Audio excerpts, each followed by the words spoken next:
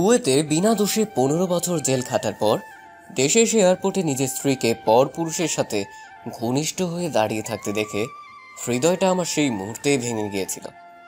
নির্দোষ দীর্ঘ 15টা বছর অন্ধকার মরণ গুহায় নানান হিংস্র জানোয়ারদের মাঝে কাটিয়ে দেওয়া কতটা না কষ্টসাধ্য ব্যাপার, সেটা হয়তো আমার চেয়ে বেশি অন্তত কেউ উপলব্ধি করতে পারবে না। এই 15 বছরে হাজার চেষ্টা করেও নিজের পরিবারের কারো সাথেই কোনো যোগাযোগ করতে পারিনি। বলতে গেলে তেমন কোনো মাধ্যমই ছিল না আমার হাতে। প্রত্যেকটা দিন কেটেছিল আমার মরণ যন্ত্রণার সমতুল্যে। বেঁচে থাকার আস্থাই হারিয়ে ফেলেছিলাম আমি। ভেবেছিলাম হয়তো ওই অন্ধকার গুহাতেই থাকা অবস্থায় একসময় অবসান ঘটবে আমার জীবনের প্রতিটা গল্পের, কিন্তু সৃষ্টিকর্তা হয়তো এমনটা চায়নি। তিলে তিলে কষ্টের তীব্র প্রহার আমাকে মৃত্যুর বেশ কাছাকাছি নিয়ে এসেছিল, কিন্তু মৃত্যু আমায় নিজের সম্পূর্ণ দখলে নিয়ে যেতে পারেনি। তবুও কষ্ট ভরা বুকে খানিকটা হলেও বেঁচে থাকার ইচ্ছে আকাঙ্ক্ষা ছিল, এই ভেবে যে এখনো হয়তো আমার পরিবার আমার জন্য অপেক্ষা করছে। আমার ভালোবাসার মানুষ অর্থাৎ আমার স্ত্রী হয়তো কষ্টের তীব্র স্রোতের অতল গভীরে তলিয়ে গিয়েও প্রতিনিয়ত আমার অপেক্ষাতে প্রহরগুলো অশ্রুসিক্ত নয়নে আকাশে জল জল করতে থাকা তারাগুলোর মতো গুনছে। আমার জানা মতে আমার স্ত্রী সাদিয়ার এই ভূখণ্ডে কেউ নেই, অর্থাৎ সে অনাথ। কিন্তু কেই বা এই লোক যার সাথে এতটা ক্লোজ ঘনিষ্ঠ হয়ে দাঁড়িয়ে থাকতে হচ্ছে তার? মনের গহীন ঘরে সংশয় ভরে গেছে আমার। সৃষ্টিকর্তার কাছে প্রার্থনা একটাই, আমার সংশয়গুলো যেন বাস্তবমুখী না হয়ে যায়। পা দুটো কাঁপছে আমার সামনে এগোতে, হয়তো পা দুটো বাধা প্রদান করার চেষ্টা করছে। থরথর করে কাঁপতে থাকা গুটি গুটি পায়ে সামনে এগিয়ে যাওয়ার প্রচেষ্টা করছি। না জানি এত বছর পর হুট করে আমায় চোখের সম্মুখে দেখতে পেয়ে সাদিয়ার রিয়াকশনটা ঠিক কেমন হবে। কিছুটা নিকটে এসে আমি বাকরুদ্ধ হয়ে দাঁড়িয়ে পড়লাম। ছোট ছোট দুটো ছেলে মেয়ে মা বাবা বলে জড়িয়ে ধরল তাদের। তার মানে যার সংশয় জন্মেছিল মনে, তাই সঠিক। ভালোবেসে বিয়ে করার 1 বছরের মাথায় অভাবের তাড়নায় বাধ্য হয়ে প্রবাসে পাড়ি জমাতে হয় আমাকে। কিন্তু তাৎক্ষণিক সাদিয়া প্রেগনেন্ট ছিল। সেখানে দিনরাত অক্লান্তিক পরিশ্রমের ভিত্তিতে আর্থিক অবস্থা বেশ উন্নতির দিকে অগ্রসর হচ্ছিল আমার। ফোনে রোজ কথা হতো সাদিয়ার সাথে, এবং কথা হতো নিজ পরিবারের প্রতিটা সদস্যের সঙ্গে। সাদিয়ার এমন কোনো শখ ইচ্ছে আবদার ছিল না যে আমি রাখিনি। যখন যা বলেছি তাই রাখার চেষ্টা করেছি। না খেয়ে দিনরাত অক্লান্তিক পরিশ্রমের ভিত্তিতে বাংলাদেশ ব্যাংকে যা টাকা জড়ো করেছিলাম তা দিয়ে সারা জীবন থাকা খাওয়ার কোনো অভাব থাকতো না সাদিয়ার। শুনেছি মন থেকে ভালোবাসলে নাকি প্রিয় মানুষটির জন্য অন্তিম শ্বাস পর্যন্ত অপেক্ষা করা যায়। তাহলে সাদিয়া তো নিজের জীবনের চেয়েও বেশি ভালোবাসতো আমায়। তাহলে সে কেন পারেনি আমার জন্য অপেক্ষা করতে? কেন আমায় ভুলে গিয়ে জড়ালো নিজেকে নতুন কোনো মায়ায়? সাদিয়ার সামনে দাঁড়ানোর কোনো ইচ্ছেই ছিল না আমার, কিন্তু আমাকে তার সম্মুখে দাঁড়াতেই হবে এবং জানতে হবে কে আমার সন্তান। সামনে যতই এগোনোর চেষ্টা করছি ততই কষ্টগুলো বুকের মাঝে বৃদ্ধি পাচ্ছে। অবশেষে 15 বছর পর আবার তার সম্মুখে নিজেকে দাঁড় করালাম, যাকে নিজের জীবনের চেয়েও অধিক ভালোবাসতাম। এমনকি এখনো তার জন্য ঘৃণার বদলে রয়েছে বুক ভর্তি ভালোবাসা। হঠাৎ করে কাউকে নিজের সম্মুখে দাঁড়িয়ে থাকতে দেখে কিছুটা বিরক্তি বোধ করলো সাদিয়া, কিন্তু পরক্ষণে আবার যখন সাদিয়ার চোখের দৃষ্টি আমার উপর এসে পড়ে তখন সাদিয়া বেশ থমকে যায়। সাদিয়া হয়তো এই মুহূর্তে ভাবতেই পারছে না আমি শাহরিয়ার স্বয়ং তার সামনে দাঁড়িয়ে আছি। শাহরিয়ার, তুমি? হ্যাঁ আমি। কেন চমকে গেলে? এত বছর পর আমাকে নিজের সামনে এভাবে এই অবস্থাতে দেখতে পেয়ে? কিন্তু এত বছর তুমি কোথায় ছিলে? কিভাবে ছিলে? কোথায় কোথায় না খোঁজ নিয়েছিলাম আমি, কিন্তু কারো কাছেই ছিল না তোমার খোঁজ। তোমার জন্য কতই না রাত নির্ঘুমে চোখের অশ্রুতে কাটিয়েছি আমি। হাস্যকর। দেখে বুঝতেই পারছি তা তোমার পাশে দাঁড়িয়ে থাকা লোকটাকে নিশ্চয়ই তোমার বর্তমান স্বামী। আমার কথার উত্তরে সাদিয়া মাথা নিচু করে বলল, হ্যাঁ। ছি, এই ছিল আমার প্রতি তোমার ভালোবাসা। যদি আমাকে তুমি সত্যিকারের ভালোই বাসতে তাহলে কেন অপেক্ষা না করে নতুন করে বিবাহে লিপ্ত হলে? তোমার জন্য আমি 5টা বছর অপেক্ষা করেছি, কিন্তু তারপরেও তোমার কোনো খোঁজ না পেয়ে বাধ্য হয়ে ধরেই নিয়েছি তুমি আর নেই এই ভুবনে। মরে গেছো তুমি। কিন্তু এত বছর পর তোমাকে দেখে সত্যিই আমি আজ বাকরুদ্ধ। আমার সন্তান কোথায়? তোমাদের বাড়িতে তোমার ভাইয়াদের সাথে থাকে। এর বেশি আর কিছুই জানি না আমি। ছি, তার মানে ওর কোনো খবরই তুমি রাখো না? কেমন মা তুমি? মন থেকে ভালোবাসলে অন্তিম শ্বাস পর্যন্ত অপেক্ষা করা যায়। আর তাছাড়া তুমি পারতে আমার দেওয়া ফসলকে বুকে জড়িয়ে নিয়ে অন্তিম শ্বাস অব্দি যেতে, কিন্তু আমার প্রতি তোমার ভালোবাসাটা তীব্র ছিল না, গভীর ছিল না, সত্যি ছিল না। তোমার কাছে শারীরিক সুখটাই অনেক বড় হয়ে গেছিল, তাই হয়তো নতুন কারো তত্ত্বাবধানে চলে গিয়েছ। ভুলে গেলে আমায়, যে তোমাকে নিঃস্বার্থভাবে প্রতীকে ভালোবাসতো। শ্যাট আপ শাহরিয়ার, আমি এখন অন্য কারো স্ত্রী। তুমি আমাকে এভাবে এসব বলতে পারো না। ও সরি, আমি তো ভুলে গিয়েছিলাম যে তুমি আর আমার তত্ত্বাবধানে নেই। শারীরিক তৃপ্তির চাহিদায় অন্য কারো হয়ে গেছো। এতক্ষণ সাদিয়ার বর্তমান স্বামী চুপচাপ থাকলেও এখন আর চুপ থাকতে পারেনি। তিনি আমায় ধমক দিয়ে বললেন, ইউ ইডিয়েট! তোর সাহস কি করে হয় আমার স্ত্রীকে বাজে কথা বলার?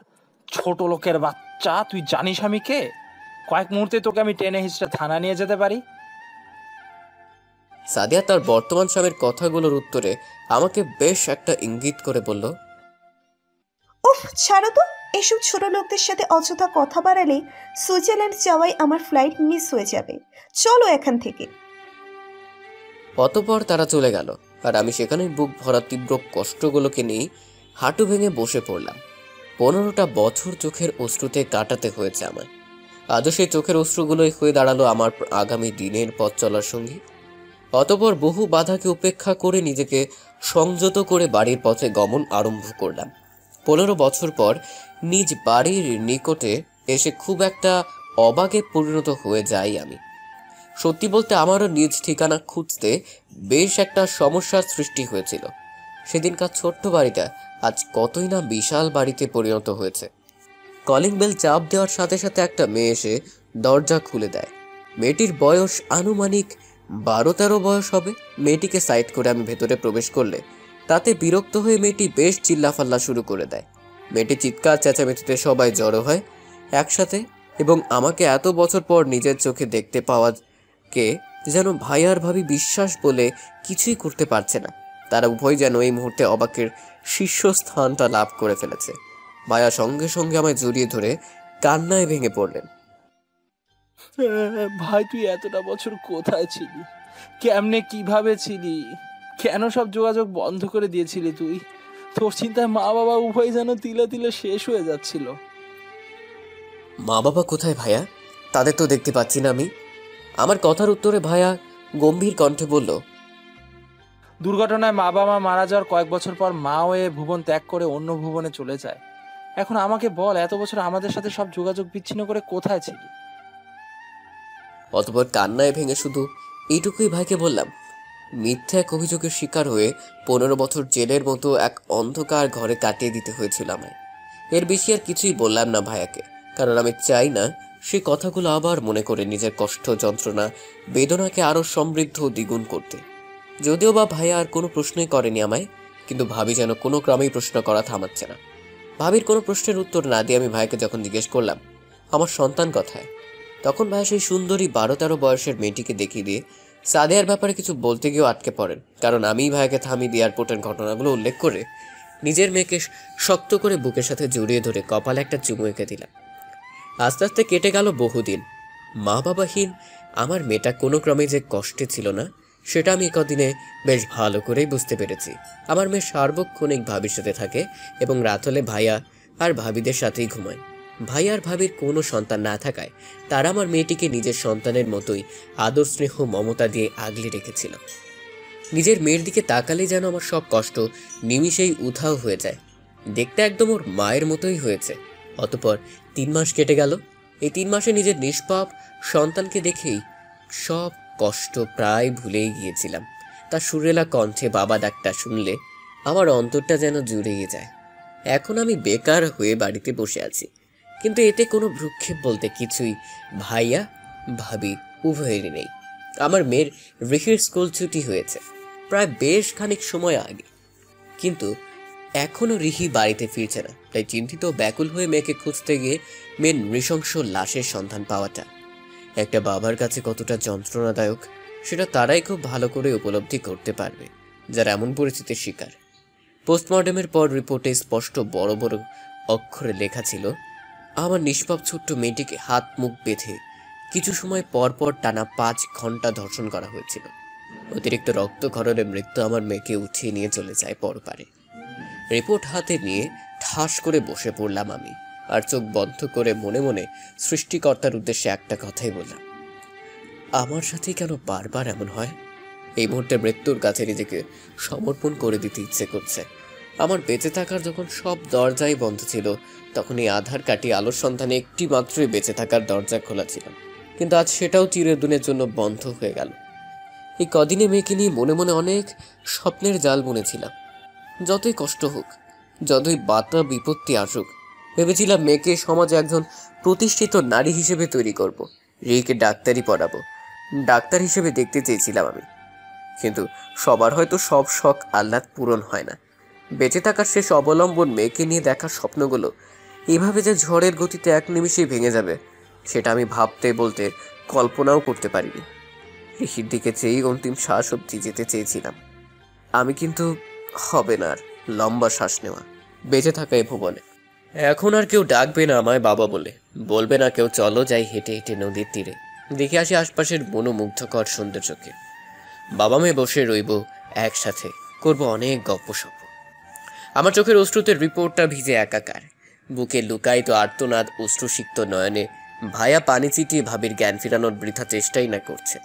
আমি জানি সব থেকে বেশি স্বয়ং ভাবি আঘাত পেয়েছেন, কারণ আজ থেকে ভাবির বুক শূন্যতে রূপান্তর হয়ে গেল। যে ভাবি রিহিহীন এক মুহূর্তের জন্যও থাকতে পারেন না, না জানি সেই ভাবি রিহিকে ছাড়া আগামী দিনগুলো কিভাবেই বা কাটাবেন। দুহাত দিয়ে যখন নিজমের লাশ কবরে রেখেছিলাম, তখন আমার মন ব্যথার আর্তনাদে আমায় প্রশ্ন করেছিল, কেন পাশের কবরটা খোঁড়া হলো না তোর জন্য? 1 সপ্তাহ হলো প্রতিদিনের মতোই দাঁড়িয়ে আছি মেয়ের কবরের সামনে। এটা ভেবে আমার আরও বেশি কষ্ট হচ্ছে, সাদিয়া কেন রিহির মৃত্যুর সংবাদটা পেয়েও শেষবারের মতো দেখতে আসলো না ঘুমন্ত অবস্থায় থাকা নিষ্পাপ মেয়েটিকে। ব্যাপারটা ভাবলেই কষ্টগুলো আরও তীব্র আকার ধারণ করে। আমার মনে প্রচুর ঘৃণা জমাট বেঁধেছে সাদিয়ার প্রতি। মনে মনে করেছি শপথ, ভাববো না আর তার কথা, রাখবো না মনে তার কোনো স্মৃতি। দিন যতই যাচ্ছে রিহি ছাড়া ভাবির কন্ডিশন ততই দিন দিন অবনতির দিকে এগোচ্ছে। পরের সন্তানকে যে কেউ এত পরিমাণ ভালোবাসতে পারে, সেটা ভাবিকে না দেখলে আমি হয়তো বুঝতে বা জানতেও পারতাম না। নামাজের পর ভাবির এরূপ চোখের অশ্রু আমার কাছে দিন দিন তীব্র আকারে অসহনীয় হয়ে উঠছিল। আমি আর সহ্য করতে পারছিলাম না। ভাইও বেশ শোকের মাঝে রয়েছে, আগের থেকে নিশ্চুপ হয়ে গেছে। পুলিশ তদন্ত করছেন, তবে অপরাধীর শিখরে যাওয়ার কোনো ক্লুই পাচ্ছেন না তারা। নদীর পাড়ে বসে আছি। একসময় কতই না বাবা মেয়ে সময় কাটাতাম এখানে। উত্তর দিক দিয়ে বয়ে আসা বাতাস আমার মনকে দুলিয়ে তোলার বৃথা চেষ্টা চালিয়ে যাচ্ছে। সন্ধ্যা হয়ে গেছে, মাগরিবের আজান দিচ্ছে। নদীর পাড় থেকে উঠে বাড়িতে আসার পথে হঠাৎ পেছন থেকে কেউ একজন ডাক দিল আমায় বাবা বলে। কণ্ঠটা আমার মনকে মুহূর্তেই বিমোহিত করে তুলতে বাধ্য করলো। কিন্তু আশ্চর্য বিষয় হচ্ছে, পেছন ফিরে আমি কাউকেই দেখতে পেলাম না। মাগরিবের নামাজের পরে রুমে শুয়েছিলাম। জ্বরে শরীরটা আমার পুড়ে যাচ্ছিল। সেই মুহূর্তে মাথা ঝিমঝিম করছিল। সারা শরীরে হঠাৎ অজস্র যন্ত্রণার আর্তনাতে আমি কুকিয়ে উঠলাম। অতঃপর সেদিন খুব গুরুতরভাবে অসুস্থ হয়ে পড়ি আমি। আজ 8 দিন পর আমি সম্পূর্ণ সুস্থতা লাভ করতে সক্ষম হই। রিহির পড়ার টেবিলে চেয়ার টেনে মন খারাপ করে বসেছিলাম, আর আনমনে একটা খাতার পৃষ্ঠা উল্টাচ্ছিলাম। হঠাৎ থেমে যায় আমি, মাঝ পৃষ্ঠায় কিছু জঘন্য ঘৃণাপূর্ণ ভাষায় কিছু লেখা দেখে। আমার এখনো মনে আছে, মৃত্যুর 1 দিন আগে রিহি খাতাটা ক্রয় করে বাসায় নিয়ে এসেছিল। মধ্যখানের পৃষ্ঠা ছাড়া বাকি পৃষ্ঠাগুলো সম্পূর্ণ ফাঁকা। স্পষ্টভাবে মধ্যখানের পৃষ্ঠায় দিতে অনেক বাজে ধরনের ঘৃণাপূর্ণ ভাষায় লেখা ছিল, যা মুখে উচ্চারণ বা উল্লেখ করাও পাপ। আমি নিশ্চিত অন্তত মেয়ে এরূপ কিছু লিখতে পারে না। তাহলে কে লিখতে পারে এরূপ জঘন্য লেখা? হয়তো বা আগে থেকেই কেউ লিখে রেখেছিল। অতঃপর গোলাপি রঙের খাতাটা বন্ধ করলাম। কভার পেজের বাম পাশে ছোট করে লেখা জনতা লাইব্রেরি। পরের দিন সকালে ধীর পায়ে রিহির স্কুলের সম্মুখে এসে দাঁড়ালাম। স্কুলের বেশ কিছুটা পেছনের দিকে জনতা লাইব্রেরি। আশপাশটা বেশ কিছুটা শুনশানও বটে। স্কুলের সব ছাত্রছাত্রী হয়তো এখান থেকে নিজেদের যাবতীয় জিনিসপত্র কিনে থাকে। লাইব্রেরি থেকে বেশ খানিকটা দূরে অবস্থান করছি আমি। রিহির বয়সে একটা মেয়ে লাইব্রেরির ভিতরে অবস্থান করছে। চকচকে একটা নোটে গিয়ে দিয়ে গোলাপি রঙের খাতাটা ক্রয় করে মেয়েটি যখন লাইব্রেরি থেকে বেরোচ্ছিল, তখন লাইব্রেরিতে থাকা বিক্রয়কর্তা বয়স তেমন একটা হবে না, 19-20 হবে। সেই ছেলেটা লোভার্ত এক জানোয়ারের মতো তাকিয়েছিল সেই মেয়েটির দিকে। অতঃপর মেয়েটি যখন খাতাটা নিয়ে আমার পাশ দিয়ে যাচ্ছিল, তখন আমি মেয়েটিকে আটকে তার হাত থেকে গোলাপি রঙের খাতাটা নিয়ে মাঝখানে পৃষ্ঠা উল্টাতেই থমকে যায়। এখানে সেই একই রকমের ঘৃণাপূর্ণ ভাষায় অনেক কিছু লেখা রয়েছে, যা উচ্চারণ করার স্বাদ অন্তত আমার নেই। মুহূর্তেই সন্দেহ বেড়ে গেল আমার।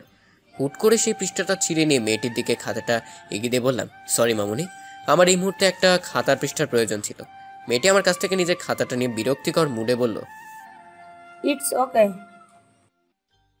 অতঃপর মেয়েটা চলে গেল আর আমি খাতার ছেঁড়া পৃষ্ঠাটা নিয়ে লাইব্রেরির সম্মুখে এসে উপস্থিত হলাম। লাইব্রেরির উপরে সাইনবোর্ডে বড় বড় করে লেখা, মেয়েদেরকে সম্মান করতে শিখুন। বেশ সময় ধরে দাঁড়িয়ে আছি এখানে, এতে যেন ছেলেটির কোনোই ভ্রুক্ষেপ নেই।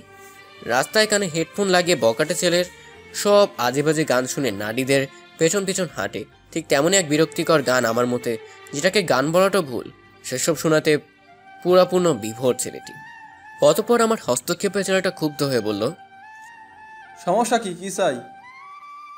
খাতার ছেঁড়া পৃষ্ঠাটা এগিয়ে দিয়ে আমি রাগান্বিত কণ্ঠে বললাম, বাচ্চাদের খাতার মাঝ পৃষ্ঠায় এসব ঘৃণাপূর্ণ কথা লিখে রাখার মানে কি?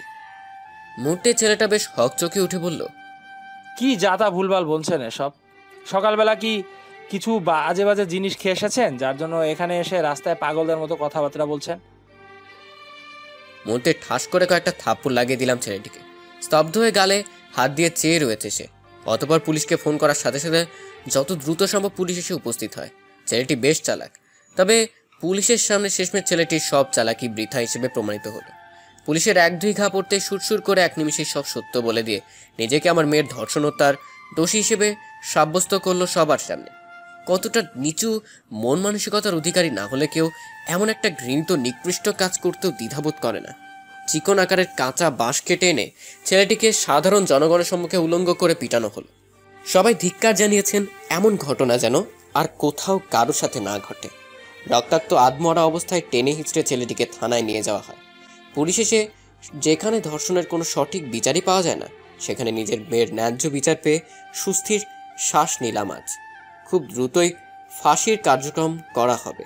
ওর মতো এক নরপশুর নিজের রুমের জানালার কাছে বসে আছি আর ভাবছি, তিলে তিলে রক্ত পানির বিনিময়ে যে টাকা ব্যাংকে জমা করেছিলাম সেগুলো কোথায়? এই ব্যাপারে ভাই আর ভাবিকে জিজ্ঞেস করলে তারা উভয়ই এক কথাই বলল, তারা কিছুই জানে না। হয়তো সাদিয়া আত্মসাৎ করে ফেলেছে। অতঃপর নিজেকে নিজেই সবকিছু ভুলে থাকার জন্য আহ্বান করছিলাম, তখন হঠাৎ নিজে কারো চিৎকার চেঁচামেচিতে আমি কিছুটা বিভ্রান্ত হলাম। নিজের রুম থেকে নিচে এসে দেখলাম একটা লোক আঙ্গুল তুলে ভাইকে কথা শোনাচ্ছেন। পরে জানতে পারলাম ভাইয়া লোকটির থেকে অনেক টাকা ধার নিয়েছিলেন, কিন্তু এখনো সেই টাকা পরিশোধ করতে না পারায় বাড়িতে এসে ভাইয়াকে এভাবে কথা শুনিয়ে চলে গেলেন লোকটি। পড়ে গেলাম বেশ দুশ্চিন্তার মধ্যে, এতগুলো টাকা কিভাবেই বা ভাইয়া শোধ করবেন। পরের দিন লোকটি আবার আসলেন এবং আবারও ভাইয়ের মুখে না শব্দটা শুনতে পেয়ে বেশ ক্ষুব্ধ হয়ে চিৎকার চেঁচামেচি আরম্ভ করে দেয়। অতঃপর আমি লোকটিকে অনুরোধ করে কিছু সময় চাইলে লোকটি আমার দিকে বেশ কিছুক্ষণ তাকিয়ে রইলেন এবং কি যেন একটা ভেবে ভাইয়াকে পাশের রুমে নিয়ে গেলেন। কিছু সময় পর ভাইয়া আর লোকটি উভয় একসাথেই রুম থেকে বের হয়, তবে ভাইয়ার মুখমণ্ডল সেই মুহূর্তে আমার কাছে বেশ অন্যরকম লেগেছিল। লোকটিও চলে যায়। রুমে কী কথা হয়েছে এই বিষয়ে জানতে চাইলে আমি ভাইয়া ভাবিকে কাউকে কোনো কিছু বলল না। পরের দিন সকালটা আমার দুশ্চিন্তার মধ্যেই কাটছিল। দুপুরে খাবারের দানা মুখে তোলার সময় আবার সেই লোকটি এসে হাজির হলেন, তবে আজ সঙ্গে পুলিশও নিয়ে এসেছেন। বাড়ি খালি করতে বললেন দ্রুত। সকালে না খেয়েছিলাম, এখন একটু খাওয়ার ইচ্ছে জেগেছিল মনে, কিন্তু শেষমেশ খেতেও পারলাম না। ভাই একটা ছোট কোম্পানিতে চাকরি করেন, যদি এই বাড়িটা ছেড়ে দিতে হয় তাহলে দৈনন্দিন জীবন বেশ একটা কষ্টসাধ্য হয়ে যেতে পারে। অতঃপর গতকালকের মতো আজও বেশ অনুরোধ করলাম, কিন্তু এতে তিনি আরও রেগে গিয়ে বললেন, তোমার অনুরোধেই গতকাল তোমার ভাইকে একটা শর্ত দিয়েছিলাম, কিন্তু সে স্বীকার করেনি, তাই এখন কিছুই করার নেই আমার। কেমন শর্ত? শর্ত এটাই দিয়েছিলাম তোমার ভাইকে যে তোমাকে আমার মেয়েকে বিয়ে করার জন্য যাতে রাজি করাই। বয়স্ক লোকটির এমন কথা শুনে আমি স্তব্ধ হয়ে যাই। অতএব আমি বললাম, আমার মধ্যে এমন কি দেখেছেন যার জন্য নিজের মেয়ের বিয়ে আমার সাথে দিতে চাচ্ছেন? আপনি কি আমার সম্বন্ধে সবকিছু জেনে শুনে এমনটা বলছেন? তো তোমার ব্যাপারে আমি সব কিছুই জানি, এখন এর চেয়ে বেশি আর কিছুই বলতে পারবো না। সিদ্ধান্তটা তোমার হাতে, আরও একদিন সময় দিলাম, ভেবে দেখো। কথাটা বলার পরপরই তিনি চলে যান এবং তার সাথে আসা পুলিশগুলো। অতবার ভাইয়া বলল, ভাবছি বাড়িটা খালি করে দিব।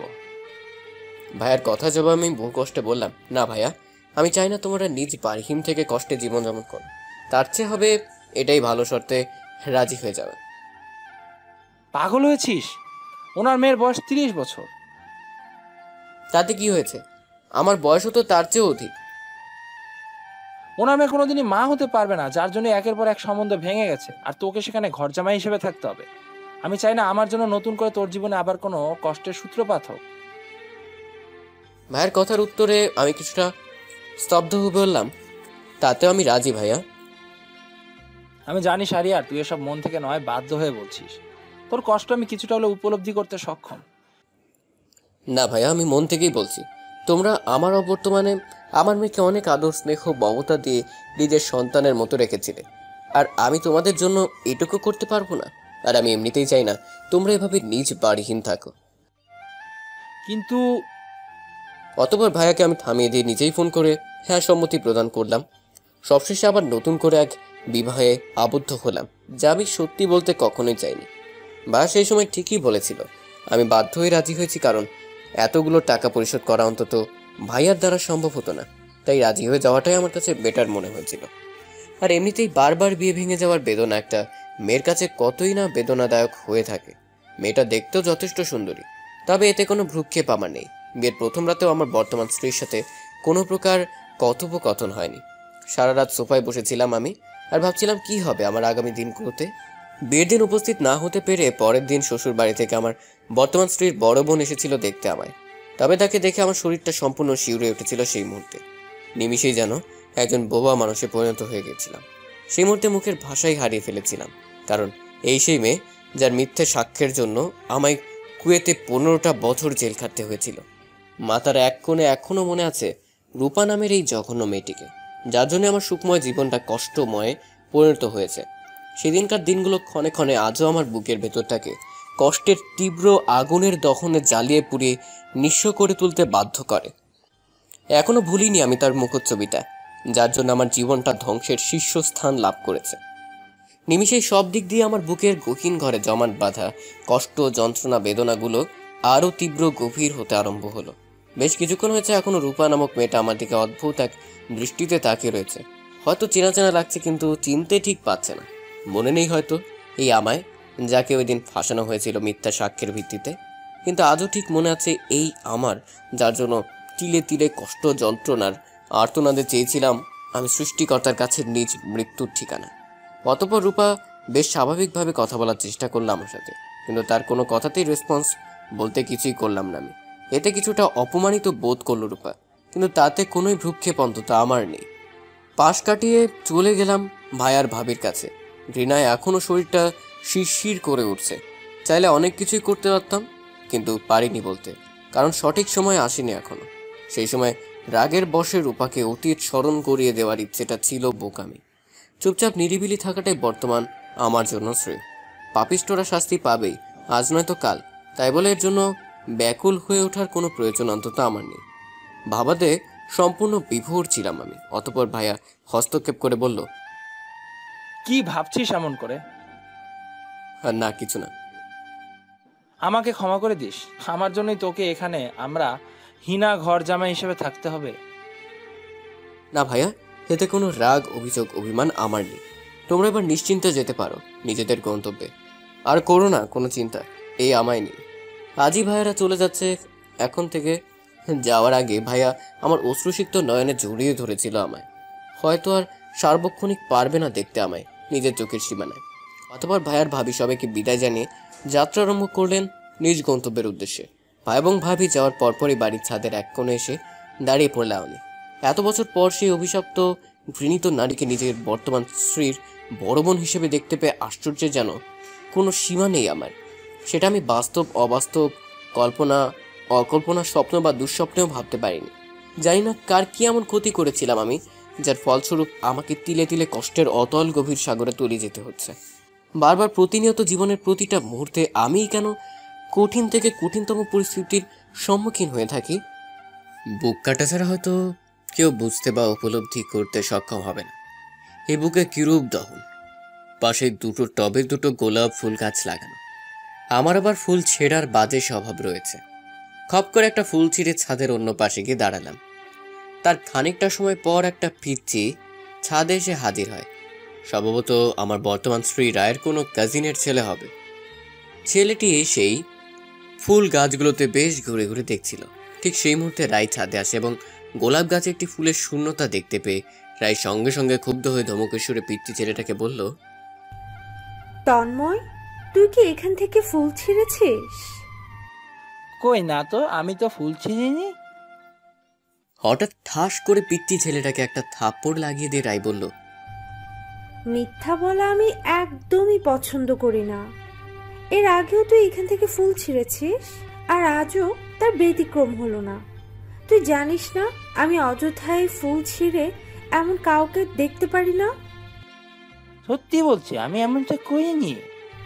আবার মিথ্যা বলছিস? এতক্ষণ কান্না না করলে এবার ঠিকই রায়ের তীব্র ধমকে কান্না করে দিয়ে ছেলেটি ছাদ থেকে চলে গেল এবং যাওয়ার আগে আবারও বলে গিয়েছে সে ফুল ছিঁড়েনি। একটা ফুল ছেঁড়ার জন্য রায় এতটা রেগে যাবে সেটা আমার কল্পনার শতগুণ বাহিরে অবস্থান করেছিল। আরে বেচারা পিচ্চি ছেলেটা, শুধু শুধু আমার জন্যই রায়ের ক্রোধের শিকার হতে হলো। পিচ্চি ছেলে অন্তত মার খাওয়ার পরে আর মিথ্যের আশ্রয় গ্রহণ করবে না। অতএব এবার রায়ের সন্দেহের তীর এসে ভেদ করলো আমার বুকে খানে। দ্রুত ফুলটা পকেটে গুজে নিয়ে স্বাভাবিক হয়ে দাঁড়িয়ে রইলাম আমি। যেখানে একটা পিচ্চি ছেলের গায়ে হাত তুলতে যে মেয়ে দ্বিধাবোধ করে না, সেখানে আমি তো এক জ্ঞান বুদ্ধিওয়ালা। অতঃপর রায় আমার পিছনে এসে দাঁড়ালো এবং ভ্রু কুচকে আমায় কিছুটা স্বাভাবিক কণ্ঠে বলল, আপনি কি ফুলটা ছিঁড়েছেন? আমি কেন ফুল ছিঁড়তে যাবো? আশ্চর্য। একটু এদিক ফিরুন তো। জি বলো। আপনার পকেটে ওটা কি দেখা যাচ্ছে? আচ্ছা, তার মানে আপনি আমার সন্দেহের চোখে দেখছেন। আমার জ্ঞান বুদ্ধি কি এতটাই লোপ পেয়েছে যে আমি শুধু শুধু অযথাই গাছ থেকে ফুল ছিঁড়ব? তাও ঠিক, আর আপনি তো আর ছোট নন যে অযথাই ফুল ছিঁড়ে গাছের সৌন্দর্যটা নষ্ট করবেন। যাই হোক, বেশিক্ষণ ছাদে দাঁড়িয়ে থাকবেন না, নিচে চলে আসুন। কেন? অসুবিধা আছে। বেশিক্ষণ ছাদে দাঁড়িয়ে থাকা লোককে পছন্দ করতে আমি অভ্যস্ত নই। কথা বলার পরপরই রায় চলে গেল। বুঝলাম না আমি ছাদে দাঁড়িয়ে থাকলে তার কি এমন অসুবিধা। অতঃপর বেশ কিছুক্ষণ পর ব্যাপারটা স্পষ্ট বুঝতে সক্ষম হলো। পাশের ছাদেই অনেকগুলো মেয়ে একসাথে দাঁড়িয়েছিল, তার জন্যই হয়তো রায় আমায় এমনটা বলল। পরিশেষে অনেকগুলো দিন কেটে গেল। আমার আর রায়ের সম্পর্কটা আস্তে আস্তে গভীর হতে আরম্ভ করলো। মাঝে মাঝে রায়ের বড় বোন যখন বাড়িতে আসতো তখন আমি তার থেকে সবসময় দূরত্ব বজায় রেখে চেষ্টা করতাম, কারণ বিষাক্ত সাপ আবার যখন তখন দংশন করতে পারে। রূপা যখনই শ্বশুর বাড়ি থেকে নিজ বাবার বাড়ি আসতো তখনই আমাকে দেখলে কিছু একটা ভাবাতে বিভোর হয়ে পড়ত। হয়তো কিছু মনে করার চেষ্টা করত, কিন্তু কিছুতেই মনে করতে পারতো না। সকালবেলা একটা চায়ের দোকানে বসে চা খাচ্ছিলাম, তখন সাদিয়াকে রাস্তার পাশে একা দাঁড়িয়ে থাকতে দেখে বেশ কিছুটা অবাক হলাম। অতঃপর মন বারণ করা সত্ত্বেও আবার সাদিয়ার সম্মুখে দাঁড়িয়ে বেহায়াদের মতো জিজ্ঞেস করলাম, কেমন আছো? উত্তরে কিছুই বললো না। অতএব আমি আবার বললাম, বর্তমান স্বামীর কুকীর্তিগুলো মানতে অসুবিধা হচ্ছে তাই তো? হঠাৎ আমার এমন কথা শুনে সাদিয়া বেশ একটা অবাকই পরিণত হয়ে চোখ বড় বড় করে আমার দিকে তাকালে আমি তাচ্ছিলের হাসি দিয়ে বললাম, তুমিও যেমন 4 বছরের সন্তান রেখে অবৈধ কাজে লিপ্ত হয়েছিলে, ঠিক তেমনি তোমার বর্তমান স্বামীও তুমি এবং তোমার বর্তমান ছেলে মেয়েকে রেখে অন্য এক নারীর সাথে পরক্রিয়া নামক পাপিষ্ঠে লিপ্ত। আমার কথাগুলো শুনে সাদিয়া স্তব্ধ হয়ে যায়। কপাল থেকে ঝরে পড়ে ঘামগুলো দ্রুত মুছে উত্তরে ভয়ার্ত গলায় বলল, তো তো তুমি কি করে জানলে? সেটাই তো রহস্য। আমার ভালোবাসার যোগ্য যেমন তুমি ছিলে না, তেমনি তোমার বিশ্বাসের যোগ্যও ও ছিল না। ব্যাপারটা কতই না হাস্যকর, তাই না সাদিয়া? নিশ্চুপ হয়ে দাঁড়িয়ে রয়েছে সাদিয়া। মুখে তার স্পষ্ট মুখে উঠেছে অনুতাপের ছায়া। টলমল করতে থাকা চোখের জলগুলো মুছে দিয়ে সাদিয়া বলল, হ্যাঁ, ফুলটা আমারই ছিল। আমি চাইলেই তোমার সন্তানকে বুকে জড়িয়ে নিয়েই অন্তিম শ্বাস অবধি যেতে পারতাম, কিন্তু তুমি সঠিক ছিলে। হয়তো ছিল না অতটা গভীর তোমার প্রতি আমার ভালোবাসা, তাই তো লিপ্ত হয়ে পড়েছিলাম অবৈধ কোনো পাপিষ্ট কাজে। কখনো ভাবিনি হবে এমন। তবে আমায় ক্ষমা করে দিও শাহরিয়ার। সাদিয়ার কথাগুলো জবাবে আমি মুচকে এসে বললাম, ভাবিয়া করিও কাজ, করিয়া ভাবিও না। কথাটা শুনুনি, এখন অনুতপ্ত হয়ে কোনো লাভ নেই সাদিয়া। তুমি অনেক ভুল করেছ, যে ভুলের ক্ষমা অন্তত আমার কাছে নেই। হু হু করে কান্নায় ভেঙে পড়ে আমার সম্মুখে বেশিক্ষণ দাঁড়িয়ে থাকতে না পেরে অতঃপর সাদিয়া দ্রুত চলে গেল। আশেপাশের অনেক লোক তাকিয়েছিল এদিকে, তাতেও যেন কোনো ভ্রুক্ষেপ ছিল না আমার। তাচ্ছিলের হাসি দিয়ে সেখান থেকে চলে আসার সময় কেউ একজন কাঁধে হাত রাখল আমার। আশ্চর্য হয়ে পেছনে ফিরে নয়ন জোড়া দিয়ে দেখলাম এক বোরকা পরিধান থাকা নারী। মেয়েটি আমাকে বলার কোনো সুযোগ না দিয়ে খপ করে হাত টেনে ধরে নিয়ে আসলো এক নির্জন স্থানে এবং দেখালো বোরকার আড়ালে থাকা নিজের মুখখানি। অবাক হয়ে আমি বললাম, এই কি রাই, তুমি? হ্যাঁ, আমি এক কাজিনের বাসা থেকে ফেরার পথে পেলাম তোমার দেখা। তা কে ছিল সে মেয়েটা যে কাঁদতে কাঁদতে চলে গেল তোমার এই নিকট থেকে? অতঃপর আমি কিছুটা গম্ভীর কণ্ঠে বললাম, সে আমার প্রথম স্ত্রী ছিল। আমার এমন কথা শুনে রায় কিছুটা ক্ষুব্ধ রাগান্বিত হয়ে বলল, আচ্ছা, তাহলে তুমি এখানে তোমার আগের স্ত্রীর সাথে দেখা করতে এসেছিলে? আহ, ব্যাপারটা অন্য মাইন্ডে নিও না রাই। আমি উপলব্ধি করতে সক্ষম তুমি এখন কি ভাবছো, তবে যা ভাবছো সেটা এক্ষুনি স্থগিত করো, কারণ তুমি ভুল ভাবছো। যার সাথে সম্পর্ক একবার ভেঙেই গেছে তার সাথে আবার সামনাসামনি হয়ে কথা বলার কি মানে? বাসায় চলো আমার সাথে, দেখি না জানো আর কোনোদিন তার সাথে। অন্তিমবারের জন্য আমি কিন্তু বলে দিচ্ছি তোমায়। অতঃপর আর কিছুই বললাম না, কারণ কথা না বাড়ানোটাই এখন শ্রেয়। পরিশেষে বাসায় চলে আসলাম। রাত বেশ গভীর, বাহিরে প্রচন্ড বৃষ্টি হচ্ছে। সবাই এখন যার যার মতো ঘুমে মগ্ন। শুধু জেগে রয়েছি আমি আর রায়। ঘুমে চোখ টলমল করছে আমার, কিন্তু পারছি না ঘুমাতে, শুধুমাত্র রায়ের জন্য। না নিজে ঘুমাচ্ছে বা আমায় ঘুমোতে দিচ্ছে, জানি না ঠিক কি করতে যাচ্ছে। হঠাৎ হাত চেপে ধরলো আমার। আমি চোখ বড় বড় করে তাকালে রায় বলল, চলো ছাদে যাই, বৃষ্টিতে ভিজবো দুজন একসাথে, এই গভীর রাতে হাতে রেখে হাত। হোয়াট? এই গভীর রাতে আমার সাথে মজা করার কি তুমি সময় পেলে না? মজা নয়, চলো আমার সাথে। আমার মাথা খারাপ হয়নি যে এত রাতে ছাদে যাব শুধুমাত্র বৃষ্টিতে ভিজতে। এতক্ষণ না আমি ঘুমিয়েছি, বা তোমার শান্তি মতো ঘুমাতে দিয়েছি। জানো কেন? যাতে বাড়ির সবাই গভীর নিদ্রায় ডুবে থাকলে আমরা দুজন যেন ছাদে গিয়ে বৃষ্টিতে ভিজতে পারি। বলতে পারো এটা আমার অনেক দিনের শখ বটে। স্বামী হিসেবে কি চাইবে না স্ত্রীর শখটা আজ পূরণ করতে? অতবার কিছুটা থমকে গেলাম আমি। হয়তো মা হওয়ার অধিকারটা রায়ের থেকে কেড়ে নেওয়া হয়েছে, কিন্তু সত্যি বলতে রায়ের মনটা বেশ নরম, সুন্দর, পবিত্র, যা কিছু দিনের মধ্যেই আমি বেশ উপলব্ধি করতে সক্ষম হয়েছিলাম। আমি চাই না রায়ের সম্মুখে এখন না উত্তর প্রকাশ করে রায়কে কষ্ট দিতে। এমনিতেই রায়ের বুকে লুকায়িত অজস্র ব্যথা যা রায়কে ক্ষণে ক্ষণে প্রতিনিয়ত নরম যন্ত্রণা অনুভব করায়। অতঃপর হ্যাঁ সম্মতি প্রদান করলাম আমি। পরিশেষে উভয় চলে আসলাম ছাদে। ঠান্ডায় ছাদের একপাশে গুটি সুটি হয়ে চুক্তি মেরে দাঁড়িয়ে রয়েছি। আমি চোখের সামনে হাত মেলে বৃষ্টিতে ভিজছি। রায় হঠাৎ হাত টেনে ছাদের মধ্যখানে নিয়ে আসলো আমায় এবং একটা ফুল এগিয়ে দিয়ে বলল, এটা তোমার জন্য। ফুলটা নিয়ে আমি বেশ একটা অবাক হয়ে বললাম, তুমি ফুল কখন ছিঁড়লে? আর ফুল ছেঁড়া তো তোমার একদমই পছন্দ নয় তাহলে? গাছের সবচেয়ে মুগ্ধকর ফুলটা আজ তোমার হাতে, যেটা গাছের সৌন্দর্যকে আরো বৃদ্ধি করে থাকে। এতদিন খুব সযত্নে রেখেছিলাম এই ফুলটা। কেন জানো?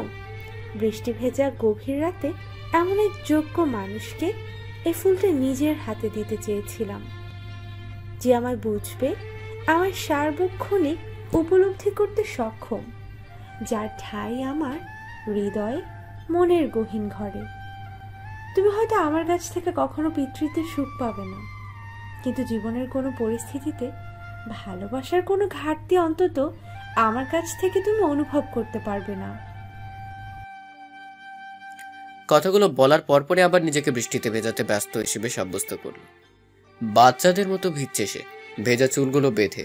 দেখতে মন্দ নয়, বরং লাগছে মনোমুগ্ধকর। টানই তো অনুভব করলাম মনে। কোনো এক অদৃশ্য অদ্ভুত টান কেন যেন আজ টানছে তার দিকে। দুহাত বাড়িয়ে দিয়ে ডাকছে সে আমায় তার নিকটে। ঠান্ডায় জর্জরিত হয়ে এগিয়ে গেলাম রায়ের নিকটে। জানি না সেদিন কতক্ষণই বা ভিজেছিলাম বৃষ্টিতে, তবে আজ সকাল থেকে জ্বর আর সর্দি হয়ে দাঁড়ালো আমার কিছু সময়কার সঙ্গে। অতঃপর কেটে গেল আরো কিছুদিন, সেরে গেল জ্বর সর্দি। দাঁড়িয়ে আছি ছাদের এক পাশে। চোখের দৃষ্টি কেড়ে নিল ফুলগুলো। ফুল ছেঁড়ার বাজে স্বভাবটা হয়তো আর যাবে না আমার। 4-5টা ফুল একসাথে ছিঁড়ে নাক দিয়ে মুগ্ধকর মিষ্টি ঘ্রাণ নিচ্ছিলাম। পরক্ষণে মনে পড়লো রায়ার কথা।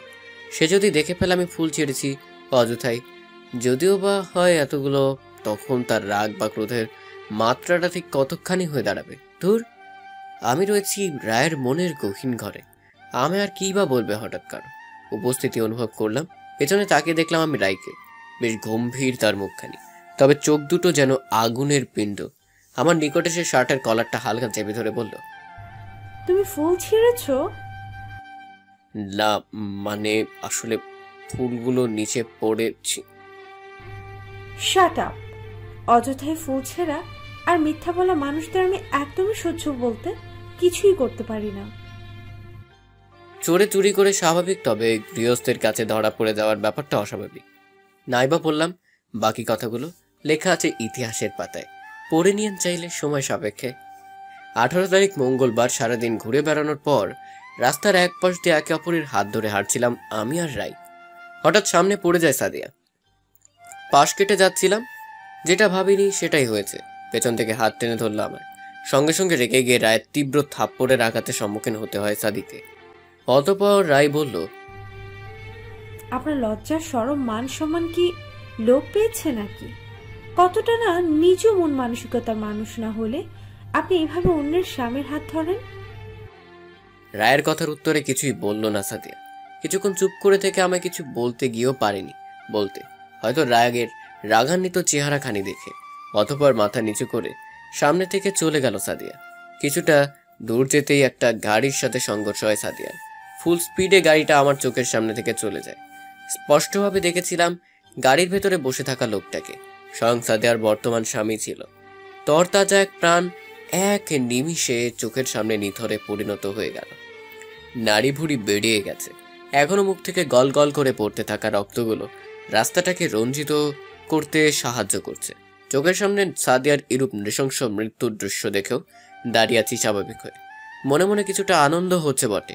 এই সাদিয়াই আমার জন্মদাত্রী মাকে খুন করেছিল, কারণ আমার মা সাদিয়ার সমস্ত কুকীর্তিগুলো হাতে নাতে ধরে ফেলেছিলেন বলে।